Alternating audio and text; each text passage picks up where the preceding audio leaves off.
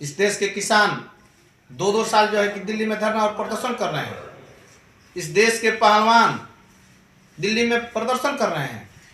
इस देश के नौजवान इलाहाबाद से लेकर लखनऊ तक धरना और प्रदर्शन कर रहे हैं।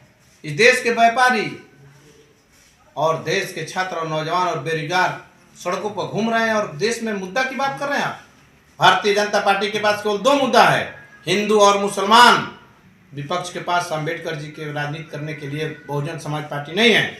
जिनके पास इस चीज़ का ज्ञान नहीं है कि इंटर के बाद 12 होता है कि 12 के बाद इंटर होता है, और वो टिप्पणी करते हैं बी आर अम्बेडकर जिसके पास 32 से 32 डिग्री है। अपना एक परिचय बता दीजिए। मैं जिला उपाध्यक्ष शिक्षक सभा बलिया और बहुजन समाज पार्टी का कार्यकर्ता हूँ। अच्छा, आज यहाँ पर एक बैठक का आयोजन किया गया था, ये पूरा मामला क्या था, किस कार्य को लेकर बैठक का आयोजन किया गया था? ये 24 तारीख को जिला मुख्यालय पर धरना प्रदर्शन है, इसी के लिए कार्यकर्ताओं को बुलाया गया था। फिर विधानसभा के सभी जिम्मेदार साथी उपस्थित थे और उस कार्यक्रम में प्रदेश के पूर्व प्रदेश अध्यक्ष रहे आदरणीय भीम राजभर भी थे, डॉक्टर संतोष राम जी सहित तमाम वरिष्ठ नेता उपस्थित थे। इसमें किस प्रकार की रूपरेखा बनाई गई? जो 24 तारीख का आगामी कार्यक्रम है, प्रदर्शन है, उसमें किस तरह का रूपरेखा बनाया गया? हम लोगों को शांति तौर से धरना प्रदर्शन करना है।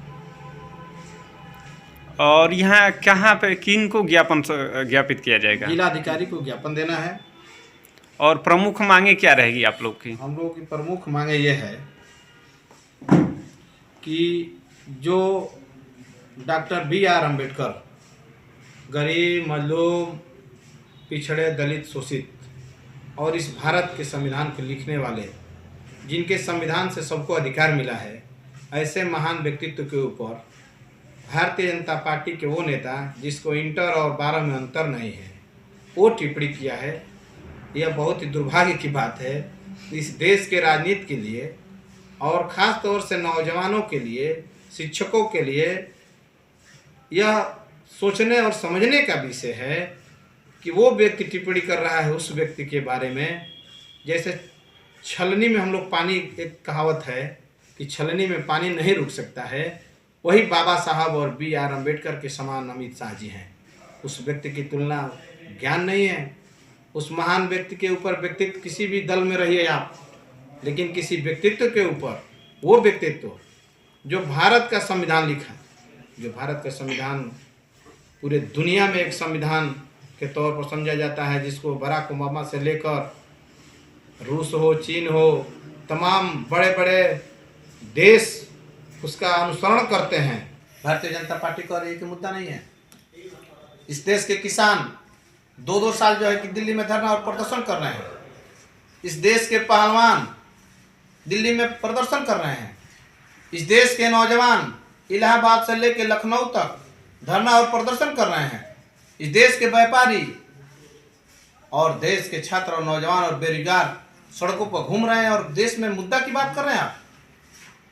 भारतीय जनता पार्टी के लोग कह रहे हैं कि विपक्ष के पास मुद्दा नहीं है। भारतीय जनता पार्टी के पास मुद्दा नहीं है। भारतीय जनता पार्टी के पास केवल 2 मुद्दा है, हिंदू और मुसलमान। इसके अलावा कोई हिंदुस्तान के अंदर भारतीय जनता पार्टी के पास मुद्दा नहीं है। और रही बात, विपक्ष के पास अंबेडकर जी के राजनीति करने के लिए बहुजन समाज पार्टी नहीं है। बहुजन समाज पार्टी अंबेडकर और कांसी राम जी के सिद्धांतों पर चलने वाली पार्टी है। अंबेडकर जी के सिद्धांत को कांसी राम जी ने लेकर चला।